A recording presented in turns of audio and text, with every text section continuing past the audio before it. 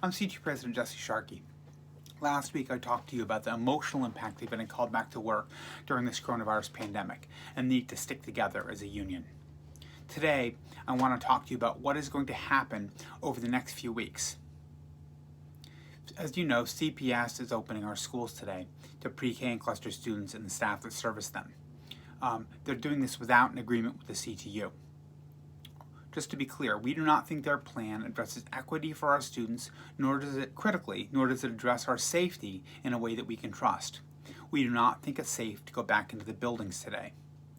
Many of you are concerned about your personal safety and are not going in, despite their threats. And there is risk to that, but there's also safety in numbers. Other people are deeply concerned, yet will go in. Do not make the mistake of thinking that your coworker who is making a different choice than you is your enemy. They are not.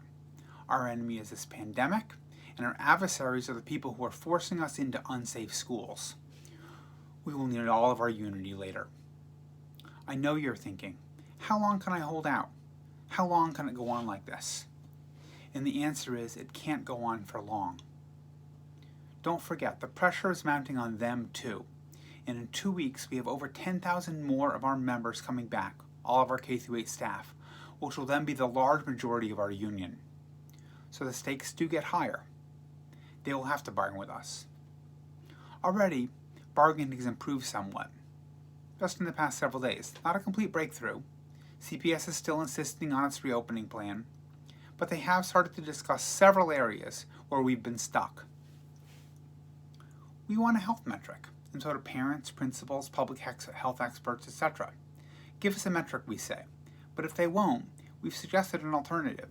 Delay restarting school, vaccinate staff, allow staff voluntary return, put testing and other mitigations in place, and negotiate over the calendar. This situation shows them to be completely unreasonable and us being creative and talking about ways to open, etc. Pressure is mounting on CPS. Their plan is unpopular, and they've been getting a lot of negative press, including nationally, with critical articles in the National Public Radio, in the Washington Post, the New York Times, etc. Plus, I think they're beginning to realize that you can't run schools if teachers, PSRPs, and clinicians don't feel safe and aren't willing to go in. They're feeling the pressure. That's why they've started to make distortions, with the mayor saying the union wants to keep the schools closed because we're insisting on defunding the police and rent abatement. She did the same thing during the strike, and it's not true. There's still a lot of things we don't know. I don't know what's going to happen with the virus, if it's going to go up or going to go down.